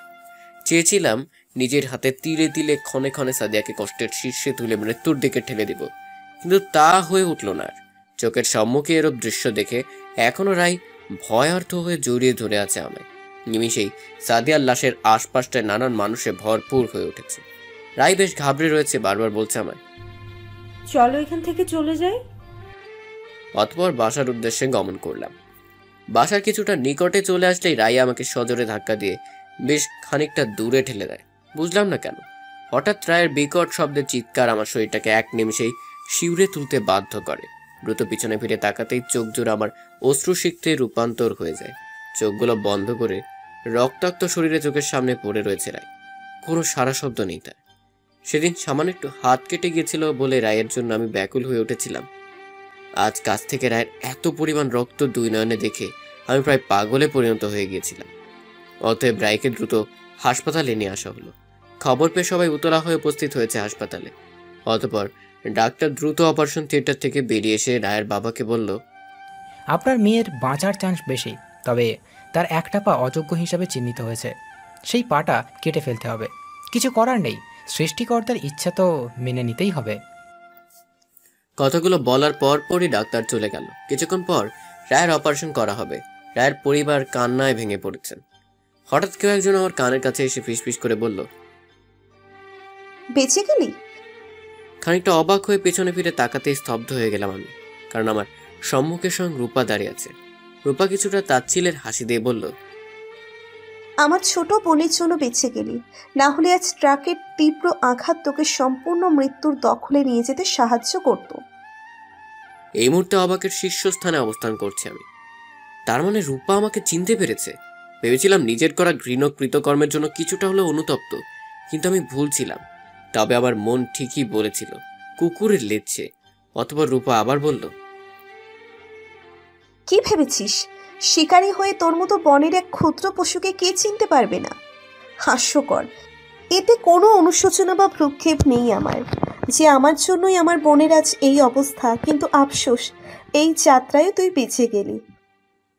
ছি, কতটা দুর্গন্ধময় ময়লা আবর্জনায় ভরপুর তোমার মনটা। তুমি এত নিকৃষ্ট কেন? কি এমন ক্ষতি করেছিলাম আমি যার জন্য রোজ আমার মৃত্যু আমায় ক্ষণে ক্ষণে ডাকে? সেদিন এক পাপিষ্ঠ ছেলেকে বাঁচানোর জন্য তুমি প্রবাসে ঘামে প্রতিনিয়ত পরিশ্রমের ষাট ভেজানোই আমাকে মিথ্যে সাক্ষ্যের ভিত্তিতে ফাঁসিয়েছিলে। এটা তুমি খুব ভালো করে জানতে যে আমার কোনো দোষ ছিল না, অপরাধ ছিল না, আমি নির্দোষ, নিরপরাধ। তারপরেও তুমি আমায় মিথ্যা সাক্ষ্যের ভিত্তিতে দোষী রূপে সাব্যস্ত করেছিলে, যার জন্য আমায় 15টা বছর নরক যন্ত্রণার আর্তনাদে প্রতিনিয়ত ব্যথায়, যন্ত্রণায়, বেদনায়, কষ্টে কাতরাতে হয়েছিল। তবুও হয়তো ভেবেছিলাম নিজের করা জঘন্য কাজের জন্য তুমি অনুশোচনায় ভুগছ, অনুতাপের শিকার হতে বাধ্য হচ্ছ। কিন্তু আমি ভুল ছিলাম, বেঠিক ছিলাম। ভুলেই গিয়েছিলাম তুমি তো কোনো মানুষ না। ঘৃণায় শরীরটা শিরশির করে উঠছে, ইচ্ছে করছে এই মুহূর্তে একটা থাপ্পড় লাগিয়ে দিতে। হাত উপরে তুলেও ছিলাম বটে, তবে পরক্ষণে আমি থেমে যাই রূপার পিছনে দাঁড়িয়ে থাকা ছেলেটাকে দেখে। তার মানে রূপা এখন এই পাপিষ্ঠ ছেলেটির তত্ত্বাবধানেই রয়েছে। এতদিন রূপা তার বাবার বাড়িতে মাঝে মধ্যে আসলেও তার স্বামীকে কখনো আসতে দেখিনি। কখনো ভাবিনি পরিশেষে রূপাই নিকৃষ্ট মানবের সাথেই লিপ্ত হবে বিবাহ নামক কোনো এক পবিত্র বন্ধনে। মানুষ এত পরিমাণ নিচু মন মানসিকতার অধিকারী হয় কি করে? অতঃপর রূপার বর্তমান স্বামী কিছুটা মুখ বেঁকে হেসে বলল আমায়, উফ, নিয়তের কি খেলা, আবার মোলাকাত হয়েই গেল আমাদের। অতএব আমি তাদের উভয়কে উদ্দেশ্য করে বললাম, হবে একদিন সত্য উন্মোচন, আর থাকবে না লোকাইয়া কোনো সত্য। সময়টা সেদিন রইবে ন্যায়ের পক্ষে, শাস্তি পাবে তোমরা দুইজন। কথাটা বলার সাথে সাথে আমি তাদের নিকট থেকে চলে আসলাম। বুকের ভিতরটা দহনে যাচ্ছে পুড়ে। দাঁড়িয়ে রয়েছে অপারেশন থিয়েটারের সম্মুখে। বেশ কিছুক্ষণ আগে ডাক্তার প্রবেশ করেছেন ভিতরে। রয়েছে আমি বহু চিন্তার মাঝখানে। হঠাৎ রায়ের বাবা এসে উপস্থিত হলেন আমার সম্মুখে। সঙ্গে সঙ্গে দুটো থাপ্পড় লাগিয়ে দিয়ে উচ্চ কণ্ঠে সুরে আমায় বললেন, শুধু তোর জন্যই আজ আমার মেয়ের এরূপ যন্ত্রণাদায়ক করুণ অবস্থা। কেমন স্বামী তুই? নিজের স্ত্রীকে দেখে শুনে সামনে রাখতে পারিস না? নিচু মাথা, গালে হাত দিয়ে নিস্তব্ধ হয়ে দাঁড়িয়ে রয়েছে আমি। অতঃপর চলে গেলেন তিনি। রয়েছে একইভাবে। আর যদি উনি জানতেন ওনার বরমের ঘৃণিত মন মানসিকতার কথা, তাহলে হয়তো সবচেয়ে বেশি তিনিই রূপার দিকে আঙ্গুল তুলে ঘৃণিত নারী হিসেবে চিহ্নিত করতেন সবার সম্মুখে। এখনো মনে পড়ে সেই বৃষ্টি ভেজা গভীর রাতের স্মরণীয় প্রতিটা মুহূর্তগুলোর কথা। হয়তো আর হবে না গভীর রাতে একসাথে বৃষ্টিতে ভেজা। পেছন থেকে কেউ আর দৌড়ে এসে জড়িয়ে ধরে বলবে না আমায়, অসীম ভালোবাসি তোমায়, হে আমার প্রিয় শারিয়ার। পরিশেষে অপারেশনের 2.5 মাস পর রায়কে নিজের বাড়িতে নিয়ে আসা হয়। এখন সার্বক্ষণিক রায়ের নিকটেই থাকতে হয় আমায়। প্রতিনিয়ত রায়ের বিভিন্ন অসুবিধার মোকাবেলা বিরক্তিহীনভাবে করতে হয় স্বয়ং আমাকে। তবে এতে কোনো ভ্রুক্ষেপ বলতে কিছুই অন্তত আমার নেই, কারণ সত্যি বলতে আমার জন্যই রায়কে আজ বাস্তবতা এক পাহীন করে দিয়েছে। কিন্তু কেন যেন দিন দিন রায়ের বাবার সম্মুখে আমি একজন ঘৃণিত ব্যক্তি হিসেবে চিহ্নিত হচ্ছি। যদিও এর বেশ যথেষ্ট অনেক কারণও রয়েছে বটে। গতকাল শুনতে পেয়েছিলাম আমার বিরুদ্ধে নিজ বাবার নিকট রূপার উস্কানিমূলক কথাগুলো। আজ যখন রায়কে কোলে করে ওয়াশরুমে নিতে গিয়ে স্লিপ কেটে পড়ে গিয়েছিলাম, তখন আমার থেকেও তীব্র যন্ত্রণার সম্মুখীন হয়েও নিজেকে আমার সামনে যন্ত্রণাহীন হিসেবে সাব্যস্ত করার বৃথা চেষ্টা করেছিল রায়। একটু টু শব্দ অবধি করেনি সে, কিন্তু তারপরও খবরটা যেন মুহূর্তেই ছড়িয়ে পড়ে সারা বাড়িতে। সবাই দৌড়ে এসেছিল রুমে। অতএব দ্বিতীয়বারের মতো রায়ের বাবা আমার গায়ে হাত তুলেন এবং প্রচণ্ড রাগান্বিত হয়ে বললেন, ছোট লোক ঘর জামাইয়ের মতোই থাকবি। প্রতিনিয়ত আরামে এসে থাকিস, বসে রয়েছিস, সুস্বাদু খাবার চেটে পুটে খাচ্ছিস, আর পরিশেষে আমার মেয়ে দেখাশোনার বেলায় একটা কেয়ারলেস। But why? অতঃপর সেদিন সবার সামনে অনেকটা অপমানিত হতে হয় আমাকে। সেদিন রায় বারবার বলেছিল তার বাবাকে আমার কোনো দোষ ছিল না। স্থানটা আগে থেকে বেশ পিচ্ছিল ছিল, কিন্তু রায়ের এরূপ কথা তখন কেউই অতটা গুরুত্ব সহকারে গ্রহণ করেনি। আজ অক্টোবর মাসের 30 তারিখ, রাত প্রায় 11টা। জানালার গ্রিল স্পর্শ করে মন মরা হয়ে দাঁড়িয়ে রয়েছি আমি। দৈনন্দিনের চেয়ে আজ আমার যন্ত্রণাগুলো বেশ তীব্র, কারণ আজকের এই দিনই বিনা দোষে অপরাধ না করা সত্ত্বেও 15 বছরের জেল হয়েছিল আমার। হঠাৎ রায় ডাকলো আমায় তার নিকটে। অতএব রায়ের কাছে এসে বসলাম। রায় মাথা রাখলো আমার কোলে এবং বলল, মন খারাপ কেন? শত ব্যথা যন্ত্রণা লুকিয়ে আমি বললাম, কই না তো। আমি সবসময় কেন জানো বেশ অনুভব করি তুমি প্রতিনিয়ত যন্ত্রণা বেদনার আর্তনাদে কাতরাও। এত কেন ব্যথা জমা তোমার মনে? আচ্ছা, আমি শুনেছি তোমার ভাইয়ের কাছ থেকে কুয়েতে নাকি তোমার 15 বছর জেল হয়েছিল। রায়ের এরূপ কথার উত্তরে আমি বেশ কিছুটা হক চকিয়ে বললাম, হ্যাঁ ঠিকই শুনেছ। কিন্তু কেন? কি এমন অপরাধ করেছিলে যার ভিত্তিতে তোমার 15 বছরের জেল হয়েছিল? দেখো, তুমি চাইলে এ আমায় বলতে পারবে। আমার বিশ্বাস তুমি যাই করো না কেন, অন্তত কোনো জঘন্য কাজ তুমি করতে পারো না। এখন আমায় বলো, কি এমন ঘটেছিল সেদিন? কোন অপরাধের ভিত্তিতে বছরের পর বছর তোমাকে ওই অন্ধকার মরণ গুহাতে একজন অপরাধী হিসেবে জীবন যাপন করতে হয়েছিল?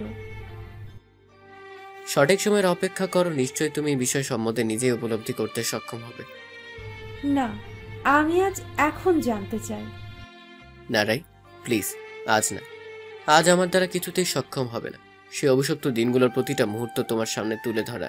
আর এটা আমি নিশ্চিত, এখন যতই তুমি মুখ নামের এই যন্ত্রণাংশ দিয়ে আমার প্রতি তোমার বিশ্বাসের কথা তুলে ধরো না কেন, কিন্তু পরিশেষে তো এটাই দেখা দিবে যে তুমিও বুঝবে ভুল ক্ষণে ক্ষণে, প্রতি মুহূর্তে আঘাতপ্রাপ্ত এই আমাকে। আমার কথার জবাবে অতঃপর রায় আর কিছুই বলল না। দুজন এই মুহূর্তে চুপচাপ হয়ে রয়েছি, কারো মুখে কোনো সুর নেই। হঠাৎ আমার এক হাত রায় তার মাথায় স্পর্শ করে শক্ত করে চেপে ধরে বলল, আর যে করেই হোক, যেভাবেই হোক, সত্যিটা আমি জানতে চাই শাহরিয়ার। প্লিজ রাই, এসব কি করছো? বললাম তো, সময় এলে নিজে থেকেই তুমি সব জানতে পারবে। তুমি আজ এখন এই মুহূর্তে থেকে যদি আমার মাথা স্পর্শ করে সত্যটা না বলো, তাহলে তোমার প্রতি আমার বিশ্বাসটা চির নিদ্রায় শায়িত হয়ে মাটির সাথে মিশে নিঃস্বতে রূপান্তর হয়ে যাবে।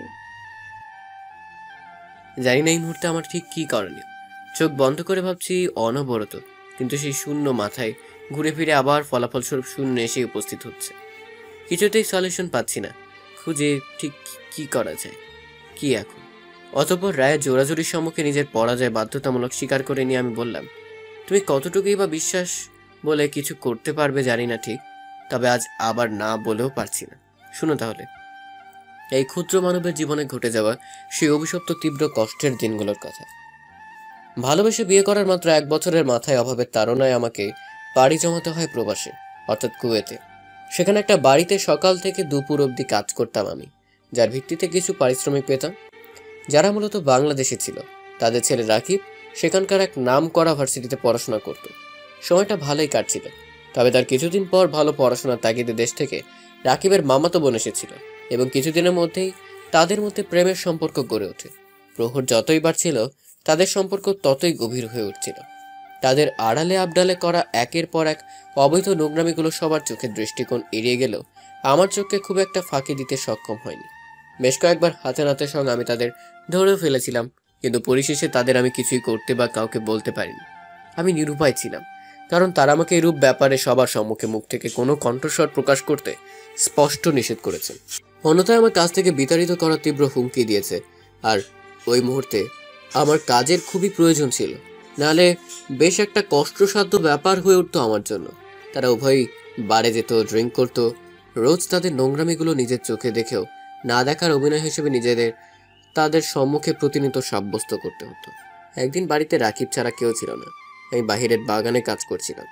তখন রাকিবের মামাতো বোন রূপার এক বান্ধবীর বাড়ির দরজার সম্মুখে এসে কলিং বেল বাজানোর বেশ খানিক সময় পর রাকিব এসে দরজা খুলে দেয়। মেয়েটি রূপার ব্যাপারে কিছু জিজ্ঞেস করলে রাকিব নিজেকে খানিকটা ভাবাতে বিভোর হিসেবে নিজেকে চিহ্নিত করে। অতবার মুচকি হাসি দিয়ে রূপা না থাকা সত্ত্বেও মিথ্যে ছলনার আশ্রয় গ্রহণ করে রাকিব মেয়েটিকে ভেতর আসতে বলে। অতএব মেয়েটি ভেতরে প্রবেশ করলে এদিক ওদিক বেশ কয়েকবার তাকে পৈশাচিক এক হাসি দিয়ে ঠাস করে দরজা বন্ধ করে দেয় রাকিব। ব্যাপারটা প্রথমত আমার কাছে কিছুটা খটকা হিসেবে প্রমাণিত হলেও পরবর্তীতে তেমন একটা গুরুত্বটা হিসেবে এই ব্যাপারে নিজের মাথাকে ভাবতে বিভোর করিনি। মনোযোগ দিয়ে তীব্র রোদে ঘামে জর্জরিত হয়ে কাজ করছিলাম। আনুমানিক 25 মিনিট পর সে মেয়েটির বিকট চিৎকারে আমি বেশ খানিকটা বিচলিত হয়ে পড়ি। অতবার মেয়েটি কান্না করতে করতে বাড়ি থেকে বেরিয়ে গেট অব্দি আসতেই রূপার সাথে তার তীব্র সংঘর্ষ হয়। অতবার মেয়েটি রূপাকে দেখে মাত্রই কান্নার মাত্রাটা আরো তীব্র করে চিৎকার করে বলে, ইউর কনসেন্ট রেপ মি। কথাটা বলার পরপরই কুয়েটিসির নারী কান্না করতে করতে রূপাকে কোনো কথা বলার সুযোগ করে না দিয়ে বাড়ির গেটের বাইরে পা রাখে মাত্রই সম্ভবত মেয়েটি তার বাবাকে ফোন করে অশ্রুসিক্ত নয়নে কিছু বলতে গিয়েও ভাগ্যক্রমে পারেনি বলতে, কারণ তার আগে মৃত্যু তাকে নিজের সম্পূর্ণ দখলে করে চলে নিয়ে যায়। বড় আকারের গাড়ির তীব্র আঘাত মেয়েটিকে নিমিষেই রাস্তার সাথে পিষে ফেলে চলে যায়। স্তব্ধ আমি, এমনটা কি করি বা করতে পারলো সে? অবশ্য ওর মতো ছেলের কাছ থেকে আর কি বা আশা করা যায়। রূপা মেয়েটা যেন আজ বাকরুদ্ধ, মাথায় হাত দিয়ে অবাকের শীর্ষস্থানে অবস্থান করছে সে। অথবা দ্রুত সব কাজ ফেলে বাড়ির ভিতরে প্রবেশ করা মাত্রই দেখলাম আমি রাকিব তার নিজ কাপড় চোপড় ঠিক করাতে ব্যস্ত। অথবা নিজেকে আর কোনো ক্রমে সামলে নিতে পারছিলাম না। ছি, কিছু মানুষ কতই না জঘন্য হয়ে থাকে। অতএব প্রচণ্ড রাগান্বিত হয়ে রাকিবকে যখন ইচ্ছে মতো কোনো এক ভারী জিনিস দিয়ে একের পর এক আঘাত করছিলাম, তখন পেছন থেকে কারো তীব্র প্রহার আমাকে মুহূর্তেই জ্ঞান শূন্য করতে বাধ্য করে। অতঃপর পরবর্তীতে যখন আমি নিজের জ্ঞান ফিরে পাই, তখন নিজেকে রক্তাক্ত অবস্থায় জেলখানার ভেতরে পড়ে থাকতে দেখে খুবই হতভম্ব হয়ে পড়েছিলাম। চারদিকটা যেন বেশ ঝাপসা লাগছিল আমার, কিছুই পারছিলাম না বুঝতে। আমি পরিশেষে জানতে সক্ষম হই আমি নাকি রোজি অর্থাৎ রূপার সেই বান্ধবীকে ধর্ষণ করেছি।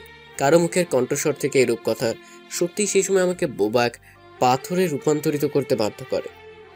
অতঃপর হলো না কোনো ক্রমেই শেষ রক্ষা আমার। কঠিন এক ষড়যন্ত্রের মুখ্য শিকার হিসেবে নির্দোষ হয়ে দাঁড়াতে হয় আদালতের সেই কাঠগড়ায়, যেখানে মূলত অপরাধীরা দাঁড়িয়ে থাকে। অতএব মিথ্যা সাক্ষী দেওয়া আমার বিরুদ্ধে হয়। রূপা যখন লোকজন ভর্তি আদালতে মিথ্যা সাক্ষীর ভিত্তিতে দোষী হিসেবে আমায় সাব্যস্ত করে, তখন আমি নিজের উপর এরূপ মিথ্যা জঘন্য পাপের বেজা আর নিতে না পেরে সমস্ত বাধাকে উপেক্ষা করে রূপাকে সেদিন সজোরে থাপ্পড় লাগিয়ে দিয়ে বলেছিলাম, তোর পেটের অবৈধ সন্তানের জন্য আজ তুই ওই কুলাঙ্গারকে বাঁচানোর জন্য আমায় এভাবে কঠোর ষড়যন্ত্রের শিকার হিসেবে চিহ্নিত করলি, তাই না? সেদিন নিজেকে নির্দোষী প্রমাণ করার বৃথাই অনেক চেষ্টা করেছিলাম। ভাগ্য কিছুটা সহায় ছিল বলেই সেদিন মৃত্যু অর্থাৎ ফাঁসির কষ্টদায়ক হাত থেকে রেহাই পেলেও 15 বছরের সাজার কালো হাত থেকে বাঁচতে সক্ষম হয়নি। টেনে হিচড়ে আমায় নিয়ে যাওয়া হয়েছিল মরণ গুহা নামক সেই অন্ধকার কক্ষে, যেখানে বছরের পর বছর নিজ পরিবারের সঙ্গে কোনো প্রকার যোগাযোগহীন থাকতে হয় এই আমাকে। এতটুকু বলেই থেমে যাই আমি। অতবার কিছুক্ষণ নিষ্ঠুর থেকে দীর্ঘ একটা শ্বাস নিয়ে আবার রায়ের উদ্দেশ্যে আমি বললাম, সবকিছু শেষে এখন আমি যেই শব্দগুলো তোমার নিকটে প্রয়োগ করব, যেগুলো গ্রহণ করে নিতে হয়তো তোমার অনেক কষ্ট হবে, নিশ্চিত হয়তোবা করবে না গ্রহণ। সে ঘুরিয়ে ফিরিয়ে দিবে ফিরাই আমায়, কারণ সেই রূপা নামক ঘৃণিত নারী ছিল স্বয়ং তোমার বড় বোন রূপা। শেষে আমার এরূপ কথা শুনে রায় যেন সম্পূর্ণ শিউরে ওঠে। হয়তো পারছে না বিশ্বাস করতে নিজের আপন বোনের সম্পর্কে এরূপ কোনো কথা শুনতে। নিশ্চুপ নিস্তব্ধতা বিরাজ মান রায়ের মুখখানিতে, বলছে না কোনো কথা। চোখ মুখ দেখে স্পষ্ট বুঝতে সক্ষম আমি রায় এখন গভীর চিন্তায় মগ্ন। হস্তক্ষেপ করলাম না আমি, অপেক্ষায় রয়েছে রায়ের উত্তরের। অতএব অপেক্ষার প্রসান ঘটিয়ে রায় তার 5টা আঙ্গুল একত্রিত করে কুশে সজোরে 2টো থাপ্পড় লাগিয়ে দিল এই আমায়, যাকে কিনা রায় ঠাঁই দিয়েছিল নিজের মনের গহীন ঘরে। বোকা মন আমার হয়তো এটা উপলব্ধি করতে সক্ষম হয়নি রায়ও পরিশেষে করবে না বিশ্বাসী আমাকে। পরিশেষে রায় যা বললো তা শুনে আমি বেশ খানিকটা থমকে যাই। রায় বলল, তাহলে এর জন্যই তুমি ফুফা ফুপি এবং আমার বড় বোনের থেকে সবসময় নিজের দূরত্বটা বজায় রাখতে? রায়ের কথার উত্তরে হালকা মাথা নিচু করে আমি বললাম, হ্যাঁ। অতএব রায় বেশ খানিকটা স্বাভাবিক হয়ে আমি বলল, থাপ্পড়টা কেন দিয়েছি জানো? এতদিন নিজের বুকে এরূপ তীব্র ব্যথার বিষ বহন করে নিশ্চুপ হয়ে থাকার জন্য। নিজের বড় বোনের প্রতি সন্দেহটা সেই দিনই আমার মনে তীব্র আকারে জমে উঠেছিল, যেদিন আড়ালে জানতে সক্ষম হই আমার এইরূপ অ্যাক্সিডেন্টের প্রধান দায়ী স্বয়ং আমার নিজেরই আপন বড় বোন। সেদিন তোমার বোন আমায় গাড়ির নিচে পিষে ফেলে হত্যা করতে চেয়েছিল, কিন্তু শুধুমাত্র তোমার জন্য সফল হয়নি তারা। এরূপ জঘন্য বা ঘৃণিত কাজে ক্ষমা করে দিও আমায়, কারণ আমার জন্যই তুমি আজ এক পাহীন। তোমার যন্ত্রণাটা আজ আগের চেয়ে তীব্র, বুকের ব্যথাটা বেশ গভীর। অতঃপর অবাক করে দিয়ে রায় আমাকে হঠাৎ জড়িয়ে ধরে খানিকটা সান্ত্বনামূলক এবং নরম সুরে বলল, যতদিন তুমি রয়েছ আমার পাশে, ততদিন নেই কোনো তীব্র কষ্ট, যন্ত্রণা, বেদনা আমার মনে। রাত হয়েছে অনেক গভীর, ঘুমিয়ে পড়ো আজ। নতুন এক যুদ্ধ মাঠে নামবো মোরা কাল। অতি শীঘ্রই পাবে তারা অন্যায়ের প্রতিবাদ। অতঃপর রায় আমাকে নিজের সাথে বেশ শক্ত করে জড়িয়ে ধরে বলল, প্রতিটি মুহূর্তে ধাপে ধাপে নানান পর্যায়ে পেয়েছ অনেক ব্যথা। এখন আর কোনো কষ্ট যন্ত্রণা পেতে দিব না তোমায়। ভয় নেই, আজ একা নও তুমি, বিশ্বাসযোগ্য রয়েছে এক নারী। অতঃপর রাত বেশ গভীর হয়। সেদিন আমরা উভয়ই ঘুমিয়ে পড়েছিলাম। অবশ্য অজানা সব ব্যথা আমাকে কিছুতেই দিচ্ছিল না ঘুমাতে, কিন্তু সঙ্গে রয়েছে এক বিশ্বাসযোগ্য নারী, যার পবিত্র ঠোঁটের পরশে জমে থাকা কষ্টের বিকট পাহাড় নিমিষেই লণ্ডভণ্ডতে রূপন ধারণ করে ধুলোয় মিশে নিঃস্ব হয়ে গিয়ে প্রশান্তির এক অদ্ভুত শান্তি এসে ভরিয়ে দিয়েছিল এই বুকে জমা শত শত তীব্র কষ্টের খনিগুলো। পরের দিন সকাল এবং বিকালটা বেশ ভালোই কাটছিল, তবে সন্ধ্যার দিকটা বেশ খানিকটা বিভ্রান্তির ভেতর দিয়ে যাচ্ছিল। মাগরিবের আজান দিবে আর কিছুক্ষণ পর একাকী ছাদে থাকা গোলাপ গাছগুলোর পাশেই দাঁড়িয়েছিলাম। মনটা ছিল বিভোর রায়ের ভাবনা, কিন্তু পরক্ষণে আমি বেশ বিচলিত হয়ে পড়ি কোনো এক অচেনা নাম্বার থেকে নিজ ফোনে আসা কয়েক লাইনের একটা মেসেজ দেখে। মেসেজটা আমাকে মুহূর্তেই বিভ্রান্তির শিকার হতে বাধ্য করে, কারণ মেসেজে স্পষ্টভাবে উল্লেখ করা ছিল, তোর কম বয়সী মেয়েটাকে যে কিরূপ কষ্টদায়ক যন্ত্রণা প্রদান করে ধর্ষণ করে মেরে ফেলেছিলাম, তার চেয়ে অধিক কষ্ট যন্ত্রণার শিকার বানিয়ে স্বয়ং তোরই চোখের সম্মুখে আমি তোর ওই পঙ্গু স্ত্রীকে ধর্ষণ করার পর হত্যা করে মনের ভিতরে তিল তিল করে জমে থাকা সব প্রতিশোধের তৃপ্তি মেটাবো। তোর জন্য আমার বাবা আত্মহত্যা করেছে, মা আজ লোকলজ্জায় সমাজে মাথা উঁচু করে থাকতে পারে না, বাঁচতে পারে না, এমনকি নিঃশ্বাস নিতেও তার আজ কষ্ট হয়। সেদিন ভুলিনি এখনো, যেদিন জনসম্মুখের সামনে আমায় উলঙ্গ করে পিটানো হয়েছিল। শীঘ্রই আবার সাক্ষাৎ হচ্ছে আমাদের। সারা শব্দহীন নিরিবিলি স্তব্ধ হয়ে দাঁড়িয়ে রয়েছি আমি। সেই নাম্বারে বহুবার কল দিয়েও পাইনি কোনো রেসপন্স, কারণ নাম্বারটা বন্ধ। মেসেজ করার পরপরই সিম বন্ধ করে রাখাটাই স্বাভাবিক। মাগরিবের আজান দিচ্ছে, না এখন আর কিছুই ভাবা যাবে না। অতঃপর ছাদ থেকে নিচে চলে আসলাম। মাগরিবের নামাজের পর আবার ছাদে এসে ভাবাতে পরিপূর্ণ হয়ে গেলাম। আমি নিশ্চিত মেসেজটা সেই পাবিষ্ট ছেলেটি পাঠিয়েছে, কিন্তু আশ্চর্য, যার আর 5 দিন পর ফাঁসি কার্যকর হবে, সে কি করেই বা এরূপ মেসেজ পাঠিয়ে আমাকে চিন্তা দুশ্চিন্তার শিকার হিসেবে বিবেচিত করতে চাইবে। হঠাৎ ফোনটা বেজে উঠল আমার। একজন পুলিশ অফিসার ফোন দিয়েছেন। অতঃপর দ্রুত ফোন রিসিভ করে জানতে পারলাম, রাহাত নামের ছেলেটা, অর্থাৎ যে আমার নিষ্পাপ মেয়েটিকে ধর্ষণ করে মৃত্যুর কুয়ায় ফেলে দিয়েছে, সেই পাপিষ্ট ছেলেটি কোন এক পুলিশের সাহায্যে জেল থেকে পালাতে সক্ষম হয়। অত্যন্ত পরিশ্রমের ভিত্তিতে তারা সেই বেঈমান পুলিশটিকে গ্রেপ্তার করতে সক্ষম হয়। কঠিন থেকে কঠিনতম শাস্তি হতে পারে তার।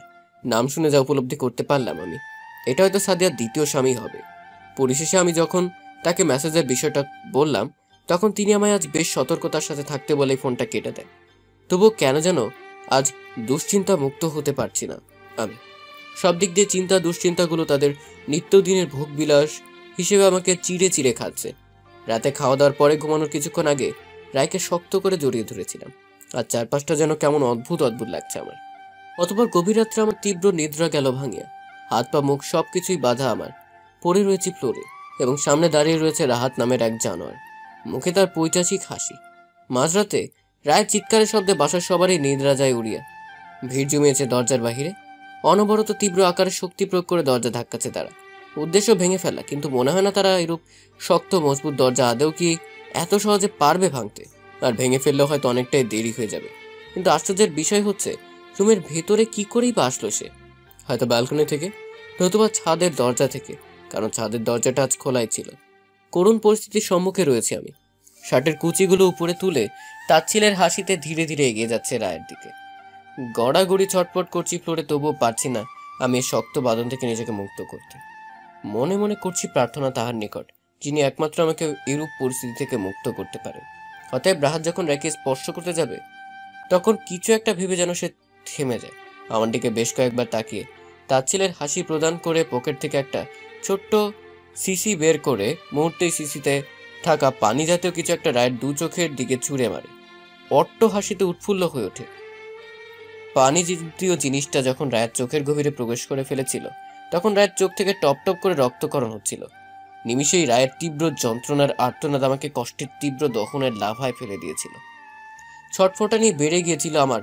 শক্ত বাঁধনটা ধীরে ধীরে হালকা সজতর হয়ে উঠছিল। অতএব রাহাত যখন নিন্দনীয় দৃষ্টিতে রায়ের দিকে নিজের কালো হাত বাড়ানোর প্রস্তুতি নিচ্ছিল, ঠিক সেই মুহূর্তে দরজা ভেঙে পুলিশ ভেতরে চলে আসে, এবং রাহাত ভয়ে পালানোর বৃথা চেষ্টা করলে তাকে সঙ্গে সঙ্গে গুলি করে ইনকাউন্টার করা হয়। পরিশেষে আমি বাঁধনমুক্ত হলাম এবং জ্ঞানহীন রায়কে দ্রুত অ্যাম্বুলেন্সের সাহায্যে হাসপাতাল নিয়ে আসলাম। অবস্থা বেশ গুরুতর। ডাক্তার সর্বপ্রথমে বলে দিয়েছেন এই কথা। অপারেশন পর ডাক্তার যখন নিজ মুখখানি গোমরা করে বললেন, রায় তার 2 চোখ দিয়ে দেখার সক্ষমতা চিরকালের জন্য হারিয়ে ফেলেছে, তখন আমার হৃদয়টা সর্বোচ্চ পরিমাণে তীব্র ধাক্কায় ভেঙে গুড়ি গুড়ি হয়ে গিয়েছিল। এটা ভেবে একটা মেয়ের কতই বা এরূপ তীব্র যন্ত্রণার শিকার হিসেবে গণ্য হবে সার্বক্ষণিক। সত্যি বলতে সবকিছু আমার জন্যই হয়েছে। এমনটা কেন হলো খোদা? আমি তো চাইনি এমনটা। বেঁচে থাকার ইচ্ছেগুলো তো সেই কবেই অন্ধকার মাটির কবরে সমাহিত হয়েছে। খুব ইচ্ছে করে মরে যেতে, কিন্তু সৃষ্টিকর্তা আমায় মৃত্যু প্রদান করেন না। মন বারবার চাইলেও করতে পারি না আত্মহত্যা। সব দিক দিয়ে অদৃশ্য এক শিকলে বাধা, আমি পারি না মুক্ত হতে, উড়ে যেতে বহু দূরে। 25 দিন পর রায়কে হাসপাতাল থেকে আবার বাড়িতে নিয়ে আসা হয়। রায়ের দিকে তাকালেই কেন যেন প্রতিটা মুহূর্তে মৃত্যু আমায় ক্ষণে ক্ষণে ডাকে। পারছি না আর সহ্য করতে। তীব্র ব্যথার নদীতে আর সাঁতার কাটতে। ডুবে দাও হে প্রভু, নিয়ে যাও পারে। 2 মাস পর আজ প্রচণ্ড বৃষ্টি হচ্ছে গভীর রাতে। নির্ঘুম নিশ্চুপ কোলে মাথা রেখে শুয়ে আছে রায়। মনে অনেক ব্যথা। তার তবুও মুখে হাসি রেখে বলল আমায়, চলো না আজ এই গভীর রাত্রে আকাশ থেকে পড়ন্ত বৃষ্টিতে দুজন মিলে মন খুলে ভিজি। মাথা নাড়িয়ে হ্যাঁ সম্মতি প্রকাশ করলাম আমি। কেন জানি আজ আমারও খুব করে ইচ্ছে করছে এই গভীর রাতে বৃষ্টিতে ভিজতে। অথবা রায়কে কোলে করে নিয়ে আসলাম ছাদে। সুগন্ধি মাখা একখান ফুল রায়ের কানের দিকটায় গুজে দিলাম আমি। কিছুটা লজ্জায় মুখ লুকোলো বুকে। আহা, কি প্রশান্তি বয়ে চলেছে মনে। স্বামীর কোলে থাকা অবস্থায় 2 হাত মেলে রায় উপলব্ধি করেছে এই মুহূর্তে বুকে লুকায়িত শত শত কষ্টের তীব্র গরম ধোঁয়াগুলো এই বৃষ্টি ভেজা রাতে আজ যেন সব ঠান্ডাতে রূপান্তর হয়ে যাচ্ছে। মনের দুঃখের কালো কুচকুচে আকাশটা আজ সাদা ফকফকায়। রায়কে আজ খুব খুশি দেখাচ্ছে। তার হাসিটা কিন্তু দারুণ। নাইবার দিলাম তাহার রূপের বর্ণনা। পরদিন সকালে ফ্রেশ হয়ে ওয়াশরুম থেকে বের হয়ে বিছানায় এসে বসার সাথে সাথে হঠাৎ ঝাপটি মেরে জড়িয়ে ধরল রায়। নিমিষেই শার্টটা চোখের অশ্রুতে ভিজে গেল আমার। কিছুটা আশ্চর্য হয়ে বললাম আমি, কি হয়েছে রাই, কেন কাঁদছো তুমি এভাবে? কথার উত্তরে রায় বলল না কিছু, নিশ্চুপ হয়ে কাঁদছে এখনো। অতঃপর আবার জিজ্ঞেস করলে রাই। এবার নিজেকে কিছুটা সামনে নিয়ে বলল আমায়, কোথায় যাবে তুমি? আমি থাকতে কিচ্ছু হবে না তোমার। হয়তো দেখেছো দুঃস্বপ্ন, ভুলে যাও। করো না পাগলামি রূপ, আছি সর্বদা আমি তোমারই। অতঃপর বহু বাধাকে পরাজিত করে রায়কে শান্ত করাতে সক্ষম হলাম আমি।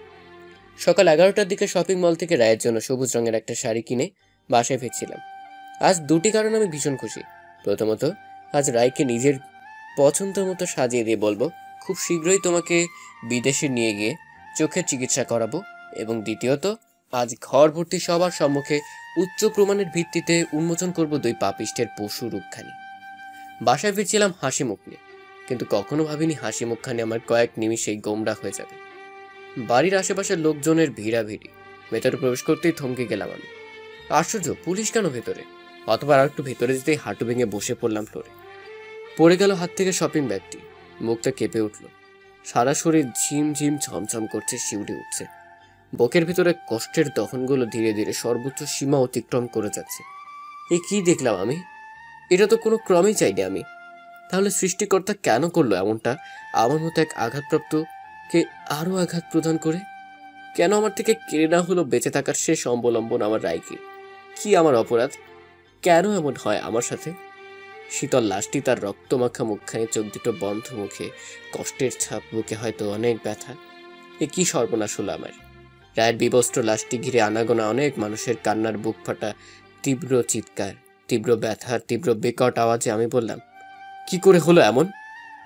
উত্তরে রায়ের বাবা কাঁদতে কাঁদতে বললেন, কে যেন ছাদ থেকে তীব্র ধাক্কার প্রহারে ফেলিয়ে দিচ্ছে রায়কে। হাসপাতালে নিয়ে যাওয়ার আগেই দম ছেড়ে দেয় আমার মেয়েটা। না বলে নীরবে চুপচাপ চলে যায়, সবাইকে ছেড়ে উড়াল মেরে অন্য দুনিয়ায়। কথাগুলো বলার পরপরই আবার কান্নায় ভেঙে পড়েন তিনি। অজস্র চোখের জল আজ বেয়ে বেয়ে পড়ছে ওনার চোখখানি দিয়ে। স্তব্ধ আমি, পারছি না তীব্র কষ্টের প্রহর থেকে নিজেকে আর রক্ষা করতে। দৌড়ে গিয়ে বসে পড়লাম মৃত লাশটির সম্মুখে। অশ্রুসিক্ত নয়নচড়া বন্ধ করে পরম আদরে বুকের সাথে জড়িয়ে ধরে হাউমাউ করে ভেঙে পড়লাম কান্নায়। পারছি না মেনে নিতে এত বড় এক বাস্তবকে। চিৎকার করে ডাকছি আমি, হে মাওলা, এ কিরূপ বিচার তোমার? কি ছিল আমার অপরাধ? কেন কেড়ে নেওয়া হলো আমার বুকের গহীন ঘরে সার্বক্ষণিক অবস্থিত পবিত্র এক নারীকে? কেন এত কষ্ট যন্ত্রণা আমার জীবনে? বাঁচতে চাই না আর, নিতে চাই না নিঃশ্বাস, থাকতে চাই না আর কোনো ক্রমেই মিছে মায়ার এই দুনিয়ায়। বন্ধ করা হোক দরজা, আদেশ করা হোক মৃত্যুকে। চাই না আর বাঁচতে। নিয়ে যাও প্রভু, আজ তোমার নিকটে। দেওয়া হোক একই সাথে দুজনের কবর। ভাই ভাবি ছুটে এসেছেন নিকটে।